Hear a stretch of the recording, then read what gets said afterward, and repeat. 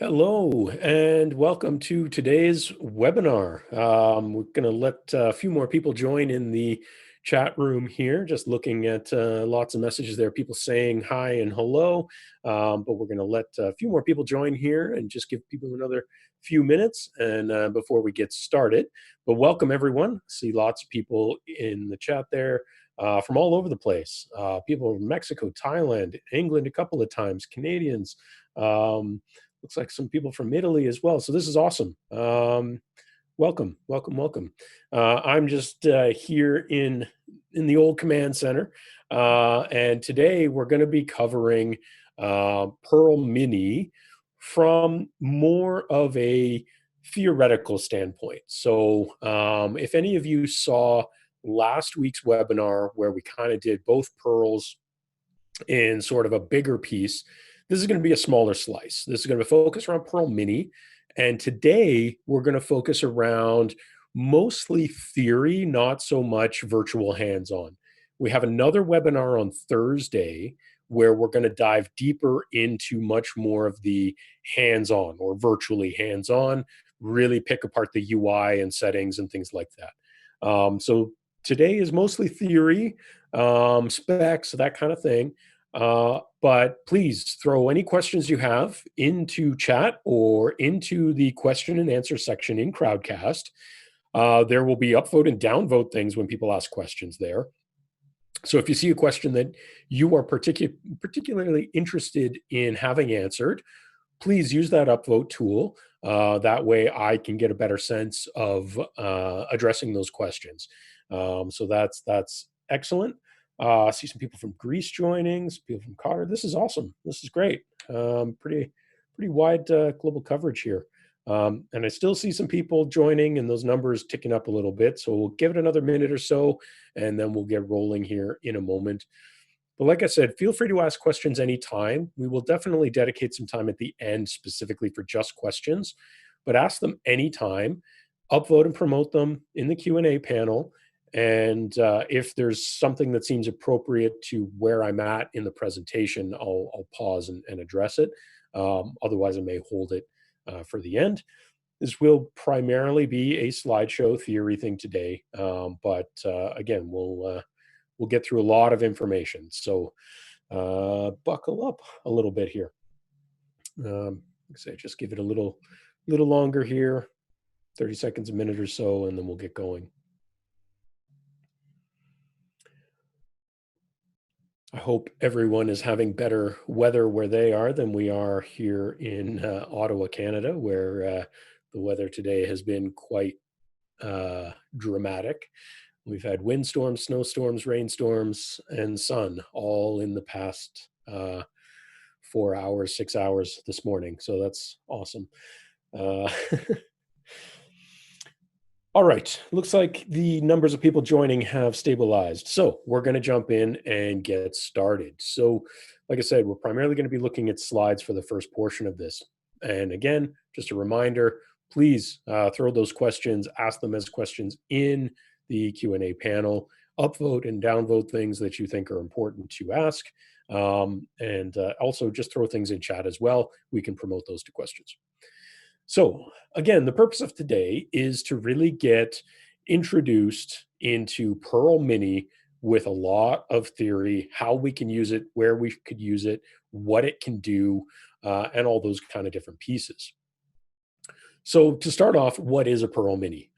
Perl Mini is a standalone hardware encoder for live streaming and recording designed to be an all-in-one production box, essentially. It's very small form factor, tiny little footprint, easy to move around. You could have one sitting on your desk and it would take up not much more space than maybe your desk phone does if you work in an office. It's very small footprint, very easy to use. But we wanted to make sure that we packed in a ton of professional grade features so that you can use it in a huge scenarios and use cases. And we'll cover some of those later on. In general, typically we're looking at streaming, recording simultaneously, live switching between multiple full HD inputs, and doing all of this simultaneously on one device, standalone, all in one. And again, this gives us a lot of potential for how we might leverage this in these different use cases. One of the first things we'll look at is basically the front of the unit. Um, Pearl Mini sitting here, you'll notice there's an SD card slot on the front for removable storage. The big 7-inch touchscreen on the front gives us control for start stop streaming and recording, monitoring, a little bit of system settings, but it's a very large screen considering the size of the device, making it very usable from a day to day control perspective right on the front of it. There's a headphone jack for monitoring audio, and there are options to use um, the um, the one touch control on the front touchscreen. So that's something that can be very handy for many people. Um, okay, I'm just going to hold for a moment because we lost audio. People are saying in chat. Did we?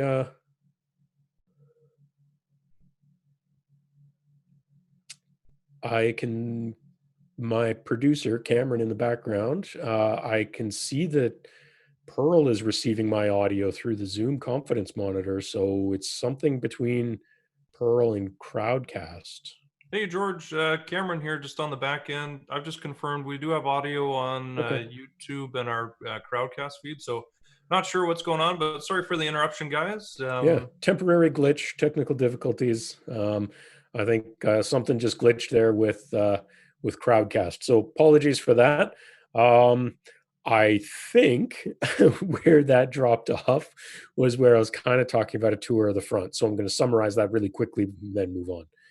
Um, Pearl Mini on the front has an SD card slot for removable storage. More on that a little later. Touchscreen is a 7-inch touchscreen that allows us to do confidence monitoring, switching control, start stop control of streaming and recording. There's a headphone jack for monitoring audio, and there's some options we can use to do a one touch control of starting and stopping multiple recording and streaming instances at the same time. So, from a day to day control perspective, there's actually quite a lot we can do right on that touchscreen.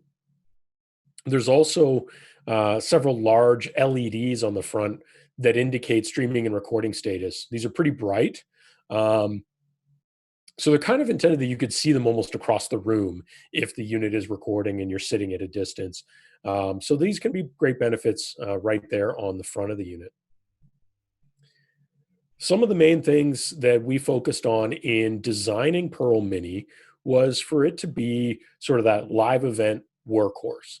So we wanted it to be as small as possible, to use a primarily metal construction, not plastic. We want it to be durable. So the main shell is made out of aluminum, using full size connectors, not minis and micros and things like that, but still being a small enough size to make it portable for many people. The other focus was on making sure that we had professional level inputs with some more consumer grade inputs as well to give it a ton of flexibility. So you'll see things like XLR combo jacks, RCA jacks, 3.5 millimeter microphone jacks, from an audio perspective, but also from a video perspective with HDMI and SDI and these other things. The touchscreen again gives us a lot of flexibility right there on the box to actually monitor what's going on and control a lot of the functions without needing an external display or anything like that. So again, we can minimize how much gear we might be carrying when we're using a Pearl Mini. So let's dive a little deeper into some of the I/O here. Um, and I want to just quickly touch on comparing it with its bigger brother, the Pearl 2. The Pearl family of products currently consist of the Pearl Mini and the Pearl 2. And essentially, the Pearl 2 is twice what the Pearl Mini can do. But overall, the concept is very, very similar. Standalone hardware encoder for live streaming, recording, all in one device. But in terms of capability, it's honestly more than double the machine. has double the number of inputs. It can do more than double the number of encoded channels, and it has some extra pieces as well. But it's bigger, it's heavier, and it's more expensive. So it's not necessarily the best fit for everyone's needs. Pearl Mini, being smaller, lighter, and less expensive, means that it hits a wonderful cross section of use cases. So let's focus on its specs. It's capable of capturing, streaming, and recording in up to full HD, 1080p, at up to 60 frames per second, but typically for multi encoding at 30. It can go to 1920 by 1200 if you're someone who does 16:10 aspect ratio workflows. The multiple video inputs, two HDMI, one SDI, possibility of using up to two USB inputs. Usually, we suggest using no more than three of these at any time in whatever combination that is. Audio input wise, two XLR TRS combo jacks that can be used as a balanced stereo pair or separated into mono, one 3.5 millimeter microphone jack, one set of RCA stereo line level. Normally, we see this being positioned as doing two 1080p encoded programs. These are separate encoded outputs for streaming and recording that are independent of each other. And we're going to dive into that a little more later. In some cases, we could even do as many as three on Pearl Mini. So again, this gives us a lot of flexibility. We also do have options for bringing in network-based streams as video inputs. Pearl Mini supports RTSP streams. So these could be IP cameras, like your security type cameras, or many PTZ cameras would also use RTSP streaming. Unfortunately, at this time, Pearl Mini does not support NDI. That's something its bigger brother does support, but something that Mini currently does not support. Another big difference between them in terms of, just production tools is Pearl Mini also does not support chroma keying. Its bigger brother Pearl 2 does. Pearl Mini does not. So typically we see Pearl Mini being used more in a non-studio environment, if you will, either as a portable device or maybe in a lecture hall where we probably aren't doing green screens anyways. So that's usually not a big sacrifice. If it's something where you need the device to be stronger on the studio fixed set style, and you are going to be using chroma keying with green screens and so on, then the Pearl 2 is usually the better fit there anyways. Storage, as I mentioned before, on Pearl Mini is a removable SD card. We don't include one in the box, but basically any SD card would work, and I'll touch on what our recommendations are a little later. On the backside, in terms of our I/O, this is a big one here. This is kind of the details. This is the bread and butter, right? How do we get our video signals into this box? So Pearl Mini has two HDMI inputs and one SDI input. We could be using all three at the same time.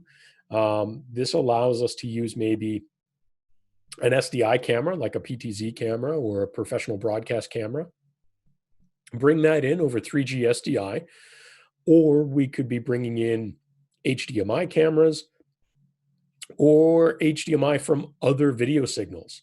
Those other video signals could be computers or equipment or video routing systems or other switchers. There's lots of possibilities over HDMI. So this could be camera and presentation feed, a couple of cameras and a larger system. There's lots of scenarios here.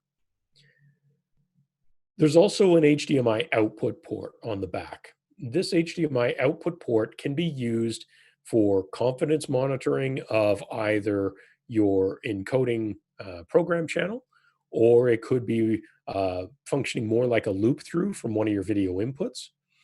It also recently, in a firmware update, we added the function that you could use it as a local console, meaning that you could connect a monitor to that HDMI out and keyboard mouse to the USB inputs and use the full administrator interface, which is normally a browser network based interface, use it directly locally on the system. This can be a great benefit for people who either don't want to use the system, control it over the network, they want to control it more locally, or maybe out of the box, or when they ship it to someone else pre-configured, they don't need to worry about some of those network settings, or coaching someone how to use that. They can connect a monitor, keyboard, mouse, and access that local console once it's been enabled. So there's some good possibilities there. The USB ports on the back could also be used for secondary video inputs like webcams or USB audio devices. So there's some possibilities there as well to bring in different signal types depending on what your needs are. From an audio perspective, we tried to pack in the most flexible audio options we could, considering the footprint of the device. So the main focus there is the XLR TRS combo jacks. So these can take an XLR or quarter-inch TRS. They can be either line level or mic level, and they can even provide phantom power. So what this means is that we could be connecting a stereo pair at line level out of a mixer or a larger audio infrastructure we might already have in place, or we could actually run with essentially nothing else and connect up to two microphones or more, depending on what the microphones offer, directly into the Pearl. And if these are microphones that need phantom power, we can enable phantom power to drive them. So we could have two separate microphones connected over XLR with phantom power turned on, the gain set to mic level, and not need a preamp or a mixer in front of it. This gives us a lot of flexibility in terms of portability and what we might connect to it. In addition to those, we also have some consumer level signals with the 3.5 millimeter mic level jack. So this could be great for maybe connecting the 3.5 mil out of maybe a wireless lavalier microphone or something like that. And then we also have the stereo RCA jacks. And for, depending on the age of our audience today, you might be used to using these out of a variety of different equipment, to add CD players to stereos that didn't have them back in the day, or, connecting your computer to speakers and stereo systems and things like that. Pretty standard. You just, get those RCA cables and run that in left, right. So those can be great as well to bring in a variety of audio signals, depending on the equipment that you have. I should note that this is just the analog audio portion. Pearl can also capture embedded audio on the HDMI and SDI and USB inputs as well. So all told, there is a ton of possibilities for audio coming into a Pearl Mini. In terms of the storage recommendations, I mentioned this earlier. Depending on what you're using the Pearl for, you might need to look at things mathematically to say how much do you need to record before you can offload the content. Um, we often see people doing somewhere around the 6 hours a day mark in many scenarios. And if you find yourself in that position where you're maybe just doing a single record at 1080 for about 6 to 8 hours a day, mathematically speaking, you're probably looking for a minimum SD card size of about 64 gig.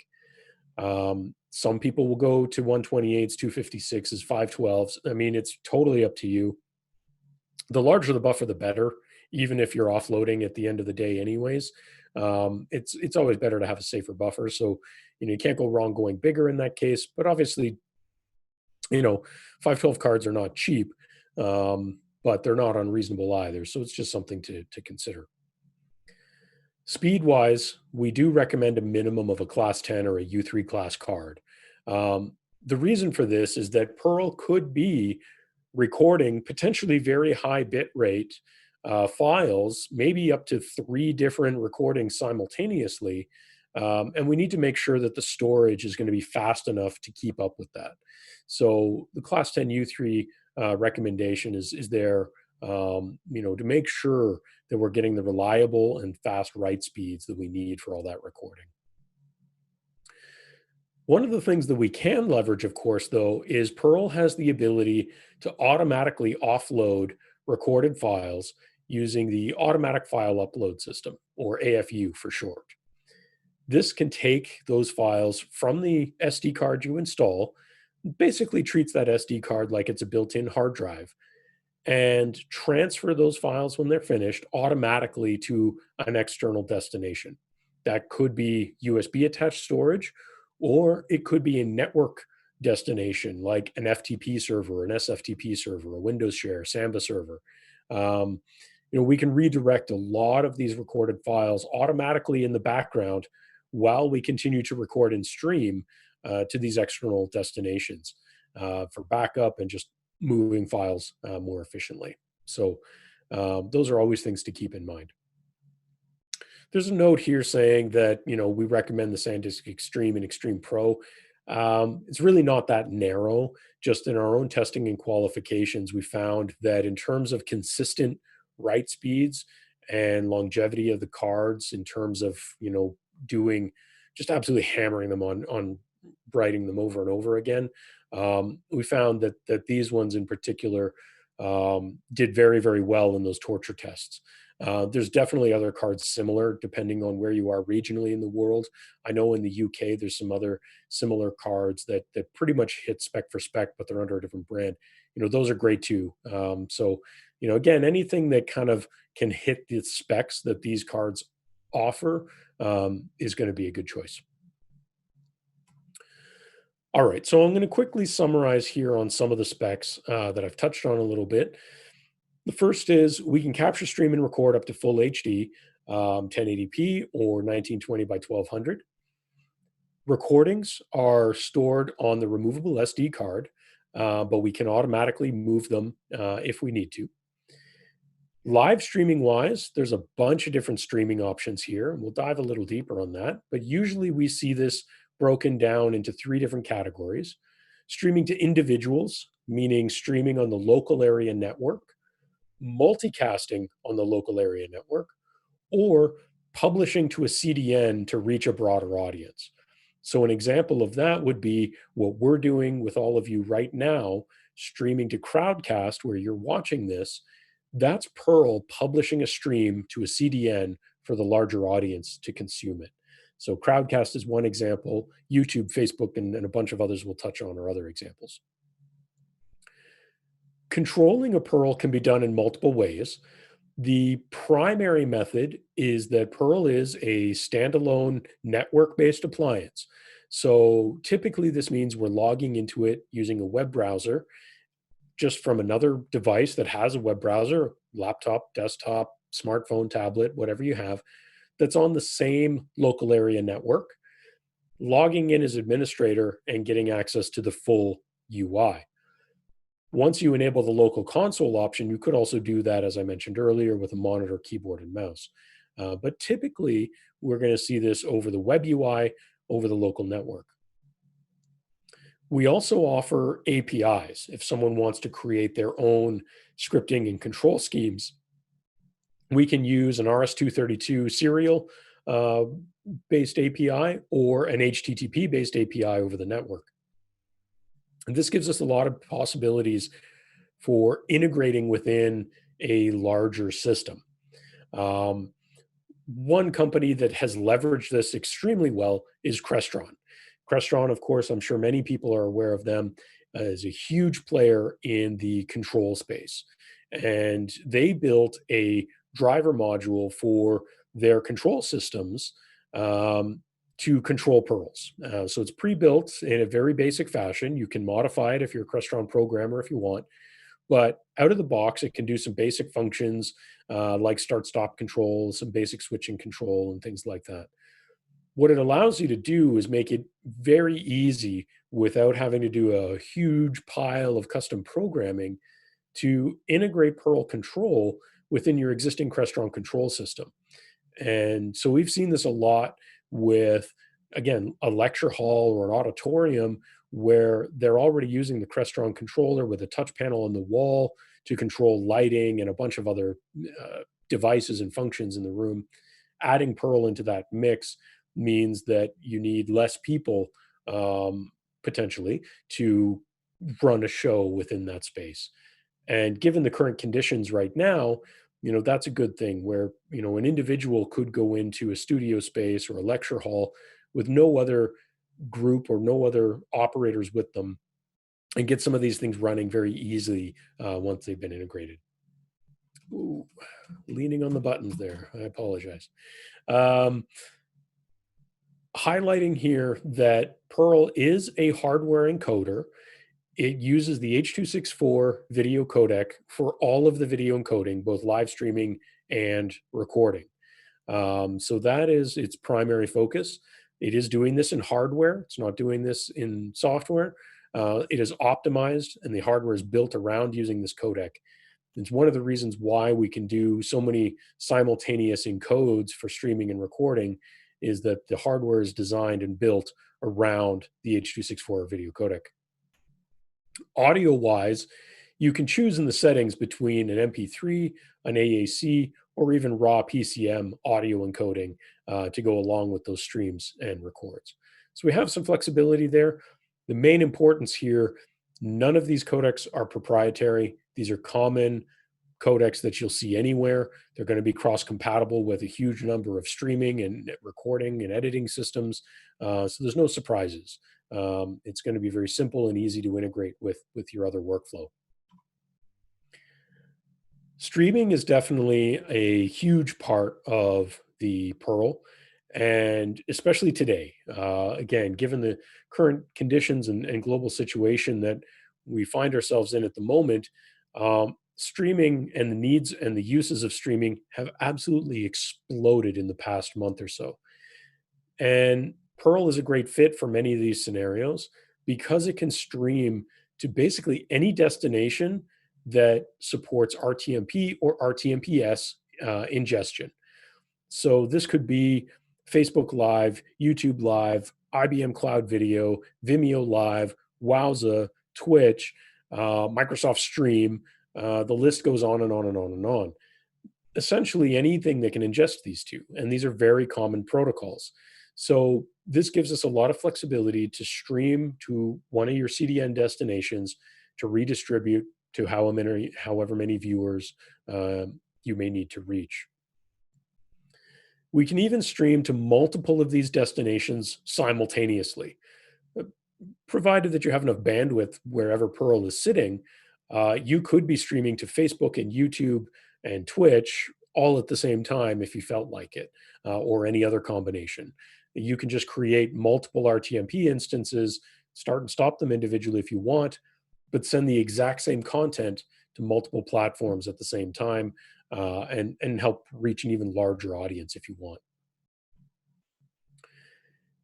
We also have some more direct integrations and partnerships with certain platforms. Now, I mentioned Crestron already. Building that driver module, that's a partnership that we have with Crestron, and it's been fantastic. Working with them. They are also a Pearl customer, and we have a success story from them that you can check out on our website as well. Some of the other partnerships we have are CDNs like Streamshark. Streamshark is a CDN that might also be a hybrid of a CDN CMS being a content management system, because they offer a lot of different functionality. They've fully integrated the Pearl APIs into their system so that you can do a lot of remote control in their cloud interface remotely from the Pearl. So they can be very cool for a lot of our enterprise customers who use them. I'm not supposed to name who they are, so I won't. But you would recognize many of the big names that are using Pearls with Streamshark as customers. Some other integrations that we have is Kaltura and Panopto. So these two content management systems, or CMS, as I'll refer to them going forward, are very popular within the education market, but also within the enterprise market. And a content management system essentially is a place where you can control and aggregate and keep and funnel all of your video data, both recorded and live streamed, and control all the access. So if you work for a company that has thousands of employees globally, setting up control and who has access to what and when is much, much easier when you're using a content management system like Kaltura or Panopto. Pearls can directly integrate with these, and I'll touch on that a little more later. We're also listed on the AWS Media Services Compatibility Program and a Wowza compatibility partner as well. So again, these are some partnerships and integrations that we have that make it easy and for you to be confident that Pearl's going to work if you're planning on using any of these services. One of the big strengths of the Pearl, we've kind of talked about where we're going to send our content, but if we look at it from a perspective of creating that content, one of the key factors that we can use with Pearl is the custom layout designer. And this lives in each of our encoding program channels where we can design what we want that content to look like. This can be picture in picture, side by side, mixing, switching, custom text, images for backgrounds or overlays, cropping, all kinds of different pieces live in this layout designer for us to be able to fine tune and really build out what we want that content to look like. Some people are looking for just a simple side by side of slides and a presenter on camera, but they might also want to do some basic switching between a full screen of slides and a camera full screen as well. And you've been seeing us do that in this webinar. All of the switching that you've been seeing, I'm not controlling it myself personally, but my producer Cameron, who's hiding in the background, is controlling all of the switching that you've seen in order to move between, the side by sides and the full screens. Um, this can give us a lot of power over how we present content, and it's super easy. The layout designer is a click and drag style interface. Anyone, and I'm confident that given 5-10 minutes or less, anyone can learn how to build a really nice looking layout to dress up their content and deliver it in the way they want. To do it on a basic level probably takes about 10 seconds. But if you really want to, fine tune things, you can get pretty flexible and pretty powerful with this. We can build multiple layouts, and that's where the switching ability of Perl comes in. So this is a little different for those of you who may be familiar with more of the traditional broadcast environment. Perl doesn't literally switch inputs the way a traditional broadcast mixer might. We're switching between the layouts, and those layouts, you could think of them like scenes in software like OBS or Wirecast or vMix. It's the same idea. You're building scenes made up of multiple elements. Those elements can be video inputs, audio inputs, graphics, and so on. And you're switching between those scenes. In our case, we call them layouts. So it could behave as though you're literally switching inputs by just making each input full screen in its own layout. But it could be more than that. You could have a static graphic as a pre-roll or a post-roll or whatever you may need in between, and switch between those, to cut audio and still have video or whatever you want to play with. So it can be extremely powerful building multiple of these. Once we have them built, we can then switch between them on the fly during our streaming and recording. We can do that on the front touchscreen. We can do that through the web UIs, including the operator dashboard that we call Epiphan Live. And it's a little more visual way of switching. We can do it with API commands. We can do it from the Crestron driver. So there's lots of ways of controlling that switching. One of the easiest ones, and one of the ones that many customers really enjoy, is Epiphan Live. And so, as I just mentioned, this is an operator dashboard. It's much more visual than, say, the administrator UI, but it's also simplified. You're not getting access to the full suite of settings. You're just essentially controlling what the administrator has already defined.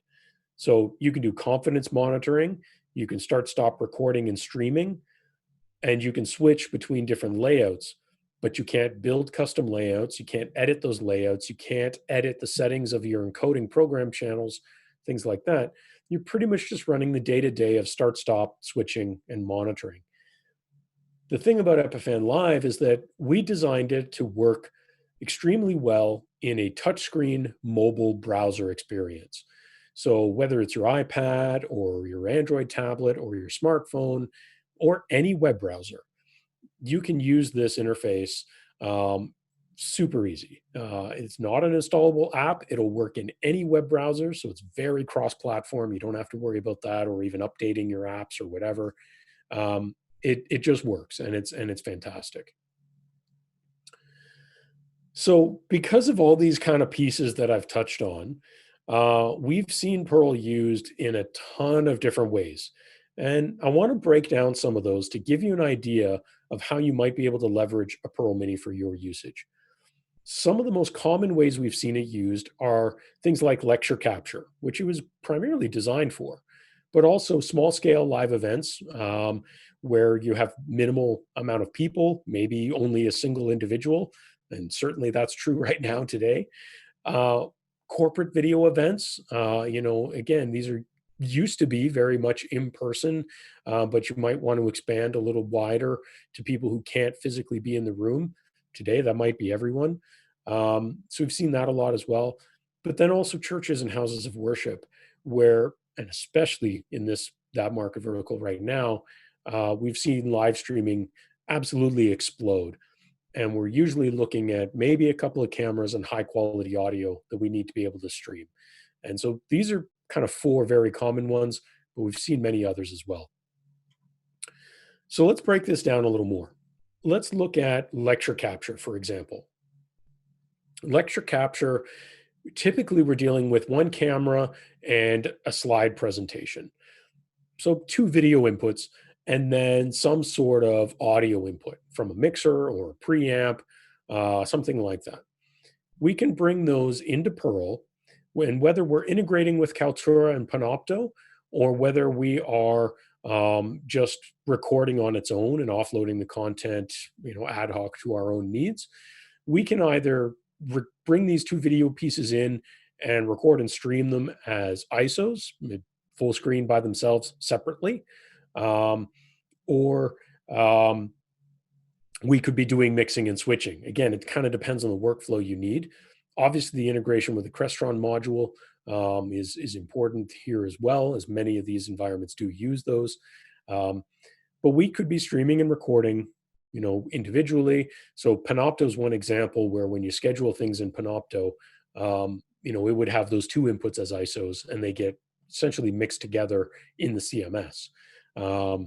So that's pretty common scenario. Again, integrating these with Kaltura and Panopto are very common. And the way we do that is we register the Perl Mini as a resource within Kaltura and Panopto. You can set up scheduled events in the CMS, in which case Perl, and assign those scheduled events to the resource being Perl. Perl then pulls that schedule down and automatically will start and stop that schedule and then send those assets back to the CMS to the event that you scheduled. We can also do ad hoc events where you can walk up to the front touchscreen when it's paired to one of these services and start an ad hoc recording or start an ad hoc stream straight from the touchscreen or the web UIs, and then it'll send it to essentially your home folder within the CMS as a user. So these can be great tools when you're fully integrated within Kaltura or Panopto. So this is the way we would typically do that. From a live event perspective, what we often will see is a similar setup, but maybe stripped down a little more. So in this scenario, we might still only have one camera and one presentation, but we might have a couple of people with holding different microphones, or maybe one's in the audience and one's the speaker. We could run those two microphones directly off the Perl, as I mentioned earlier.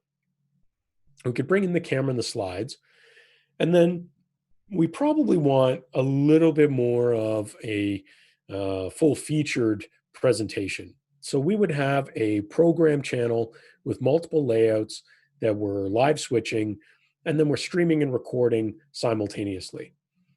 But we might want to back up, just in case the stream goes down, we might want a backup of the video and audio recording. So we could create a secondary encoding channel just for recording and do essentially an ISO recording of that camera. it's easy to get people's slides after the fact, but if you lose the camera, it's gone. So being able to do that ISO recording as a secondary encode, potentially at a much higher bit rate than you were streaming because the channels are independent, um, means that you can get a high quality record and still have a record and stream of the other version. So maybe you didn't like the way it worked out. You could do some post production and re-edit it and repost it. Again, this is something that could be controlled once it's configured, can be controlled from the front touchscreen, the web UIs, and things like that. So this is a very common one that we see for live event production. The corporate video one is honestly almost identical, but oftentimes we would leverage the HDMI output on the Pearl to maybe feed a projector that's showing a larger display in the room. Obviously, right now, today, this particular scenario is less common since no one's really allowed to gather anywhere. But down the road, when we get back to more normal times, this is a common scenario we see constantly.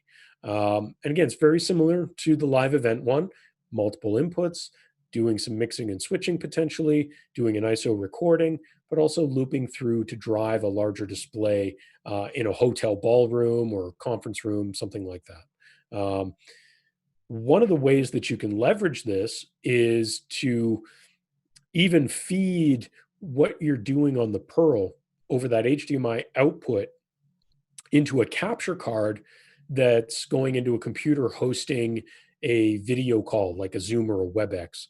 And that can let you bridge between multiple systems where you might be streaming out to whatever video platform you have. Let's say IBM Cloud Video is pretty popular in the enterprise space, but you also have people joining you in a Zoom call that need to see the same things. You could run that HDMI out into a capture card, into Zoom, and they can see everything that's happening. So this can be a very powerful setup as well. One that we see a fair bit, but not as popular as the others, but we do see it occasionally. And this is one that I think we're going to see grow quite a bit in the next little while as well. And that's a little bit within the healthcare industry. This can help with remote consultation and remote diagnosis, where Pearl's ability to bring in an HDMI feed and camera feeds at the same time means that we could capture and display a camera feed and the video output from a piece of medical equipment like an ultrasound or an endoscope or something like that, and mix those together or record them or stream them or whatever we need to do. So this can give us a lot of potential to help out with remote consultation in the medical field. So this can be a very cool one as well. The other one that we see quite a bit is with digital evidence presentation or courtroom recording or depositions, lots of scenarios within the legal environment. This can sometimes mean streaming from one courtroom to another for breakouts or streaming to individual devices being held by jurors. There's lots of ways to leverage this again, where we can capture the video output from an attorney's laptop that's presenting digital evidence, and we have a recording of that. So we're not relying on them to provide it at whatever timing they want. We can just take it as it was presented. So this can be a very powerful tool within that environment as well. So I'm going to pause for some questions for a moment, and then we might take a quick look at the web UI because I do see one of the questions that was being asked here is something to do with the web UI. I'll look at that at the moment. Please ask any of the questions you have, throw them into the Q&A or the chat, and I'll address those. But I'll take a look at the one we have right now. The question is, I cannot get into the admin panel in any browser on my Mac Pro laptop. That's very strange. There should be absolutely nothing that can prevent you from getting to the admin panel unless you're not on the same network. There is no requirement of what browsers to use. Safari works, Chrome works, Firefox works. In the Windows world, Internet Explorer, Edge, they all work. So if you're not able to access it, it suggests to me that it might be actually a network problem, not a browser problem. So just double check how your networking is set up there. In terms of, okay, so yeah, you're using the iPad as well. I mean, you can definitely use the admin on the iPad as well. It's not quite as intuitive in a touch screen for the admin as it is with a mouse keyboard environment, but it is also possible there. See another question here. How many simultaneous 1080p streams to different destinations can Pearl Mini do? Can I stream at two different resolutions and bit rates? The answer is yes. um, Essentially, multiple destinations, there is no limit on the Pearl itself, um, besides the bandwidth you have or how you're trying to do it. So let's say, for example, every platform you're trying to stream to can support the same encoding settings. Let's say 1080p 30 at 5 megabit as a pretty good middle ground cross section. If every platform you're trying to stream to supports that, you could have one encoding channel and as many RTMP instances as you can support with bandwidth running at the same time. If they have to differ in resolution and bit rates, then you start to be somewhat limited on the Pearl Mini, where you can have really, assuming you're doing mixing and switching in this environment, really you would have two encoding channels, maybe one at 1080, one at 720, different bit rates. And again, each could have multiple RTMP destinations if you have the bandwidth. One could be going to YouTube, one could be going to Facebook, and so on. The more you can share encoding settings, the better it's going to be so that you can have that upper limit.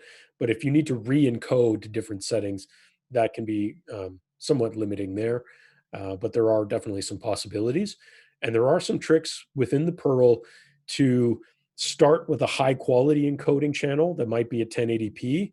And then when you create your secondary re-encoding channel at 720, there's a trick that just, instead of having to manage the two independently, that just loops back the same content to get re-encoded at the lower level and send it back out that way. So that might be something we'll save to demonstrate on Thursday when we have a follow-up webinar where we're going to get deeper into the nuts and bolts of how we configure a lot of the things under the hood. But what I wanted to do is just quickly touch on the web UI very, very quickly here, just before we wrap up. We are coming up to the hour mark. And so I am going to have to cut you off, unfortunately. But again, please, any questions you have, throw them into chat, throw them into the pieces there. This is the Pearl Mini Web UI. Pretty straightforward, very simple and easy to access, very simple and easy to control. I actually don't have one of these locally where I am. I'm actually remotely accessing this one that's sitting in our demo studio in our offices, and I'm accessing it through AV Studio, which is a system and service that we offer in the cloud that allows you to remotely access your Pearls once they're paired to that AV Studio cloud system. So I'm remotely accessing this Pearl Mini. You can see I have two different channels set up. I can get a summary of what those channels are doing, and I have all the various different setups and configuration pages here. As you can see, there's a lot of individual things to go through here, and some of these not everyone needs. Some of them, are going to be deeper, and that's why we wanted to break this up into two webinars. Is it's a lot to cover in a single shot. So we are going to have that on Thursday. If you haven't signed up for that already and you're interested, please do so. We will be, covering much more under the hood for that. So I do have a question coming in here. Can you elaborate a bit more on Zoom, BlueJeans, conference apps integrations? Um, yeah, so basically, and we actually did a live show a little while ago on this. Live streaming and web conferencing are two different things. The terminology is sometimes used interchangeably, and it really shouldn't be. It's a bit of a pet peeve of mine, I'll be honest. People talk about doing a Zoom as a stream, and strictly speaking, it's not. Zoom has additional options and tools to do a live stream from a Zoom conference, but Zoom as its core element is not streaming. It's conferencing, it's video conferencing, it's teleconferencing. Um, and same thing with WebEx, Skype, all these things. And a streaming encoder like Perl does not necessarily directly integrate to those systems because they're based around using webcams or direct camera inputs on the computer that's participating in that call. Perl is not a capture card. It doesn't mount over USB like a webcam, but we can leverage some of the Perl features sometimes to bridge that gap. So one way we could do it would be to use the HDMI output port to maybe show our mixed and switched program feed over the HDMI output from the Pearl Mini, bring that into a capture card like our AVIO HD or our AVIO 4K cards over USB into a laptop or a computer that's participating in that Zoom, BlueJeans, WebEx, Skype, etc. And then any of the content that you're creating on the Pearl would be reflected that way. Simultaneously, you could be recording on the Pearl. There's some other fancy kind of creative ways of doing this as well.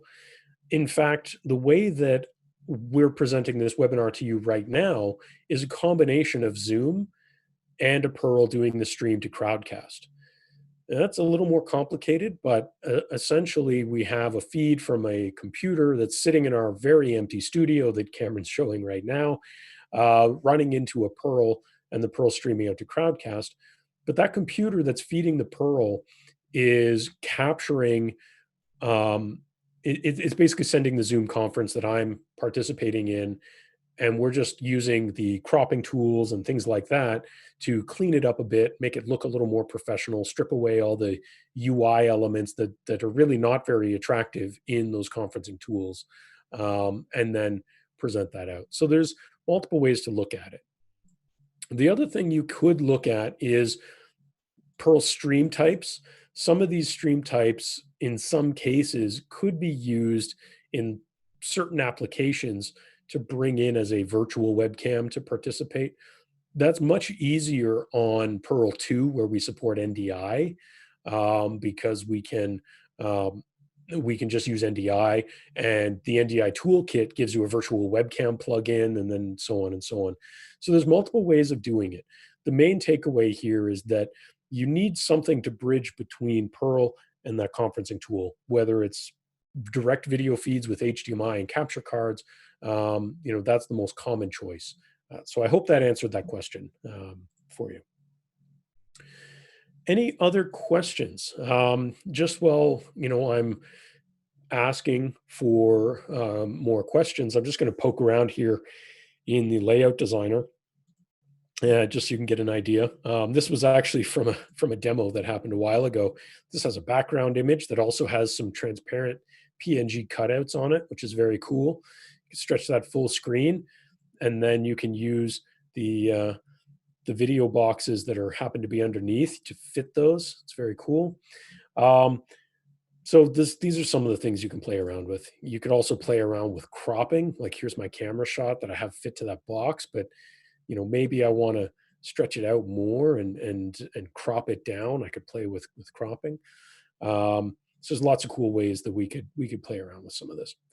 In any case, if there's any more questions, please throw them into the Q&A. On Thursday, not only do we have our next webinar where we're going to dive much deeper into the configuration of these Pearls, but every Thursday at 3 o'clock Eastern, we also do our Live at Epiphan show where we're talking about all kinds of different things streaming. This week, we're going to be talking about how accurate is AI transcription, which is a new product we just launched this week, LiveScript. So if you want to learn more about that, join us on Thursday at 3 o'clock Eastern for Live at Epiphan. We're going to be diving in to how accurate AI transcription actually can be. And having now built a product that does exactly that, we know we have the answers. So we can help you with that.